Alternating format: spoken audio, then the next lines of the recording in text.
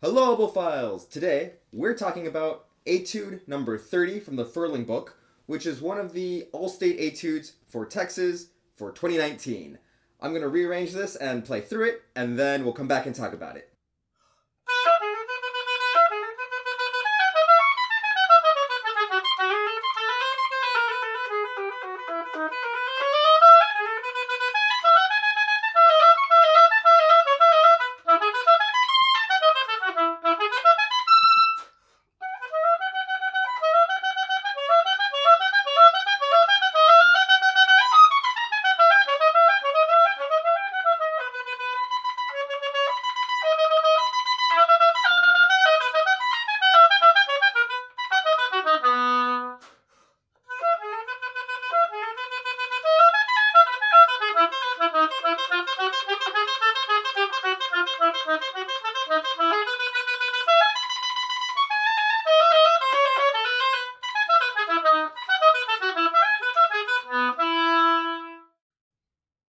Hello again. So, Etude 30 from the Ferling book is pretty straightforward. There's no tricky rhythms. It's all 16th notes with some 8th notes. There's a big old quarter rest between the phrases, so breathing shouldn't be an issue once you get it up to tempo. But there are some issues. The first being that it goes pretty quick. The tempo that is marked is a bit too fast in my opinion. And in an audition setting, like for region band or all-state in any state, it is better to play cleanly at a slower tempo than sloppy at a fast tempo. So make sure you're approaching this etude with a reasonable tempo, taking really small chunks, and making sure you're playing very accurately before you start bringing up the tempo. Another important issue is the execution of the accents. Now, luckily, the accents for the most part are in places where the emphasis makes sense. For example, in the first bar. The emphasis belongs on the first note and not on the second note. Otherwise, you'll get something that sounds like this, which puts the emphasis on the wrong syllable.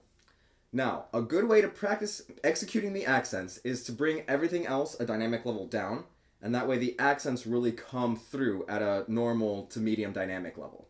The next issue that's pretty tricky are the frequent register shifts within the etude.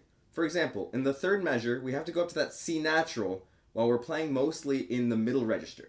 To practice this, you can go through the interval in each register, making sure that the transition is smooth. For example, the first interval is between the F sharp and C natural, so I'll go through each register performing that interval.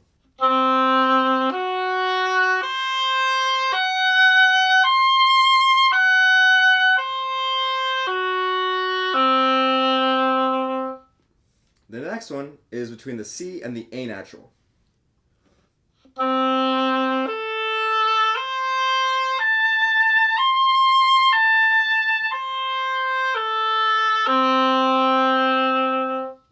And you can practice all of the big leaps as long tones like this, so that when you put them in context, you know how to voice them and you are able to reliably access the register.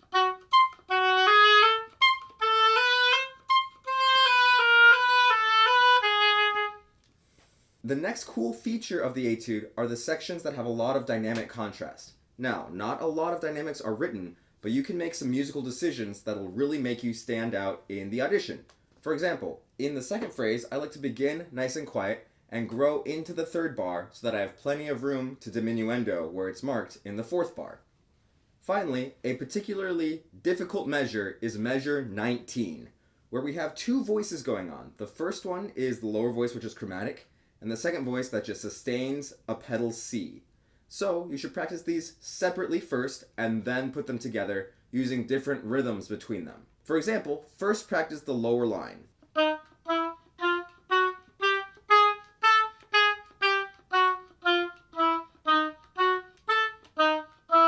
And then practice just the C's.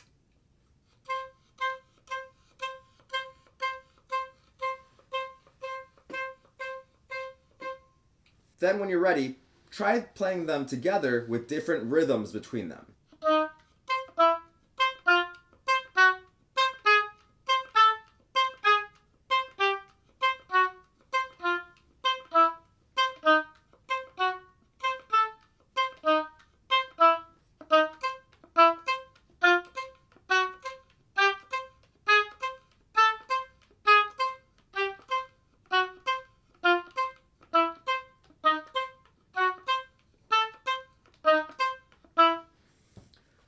Whenever you're practicing this section, make sure you're always favoring the lower voice, which is the moving line, and not trying to bring out the C's above it, which is a little bit more boring of a line.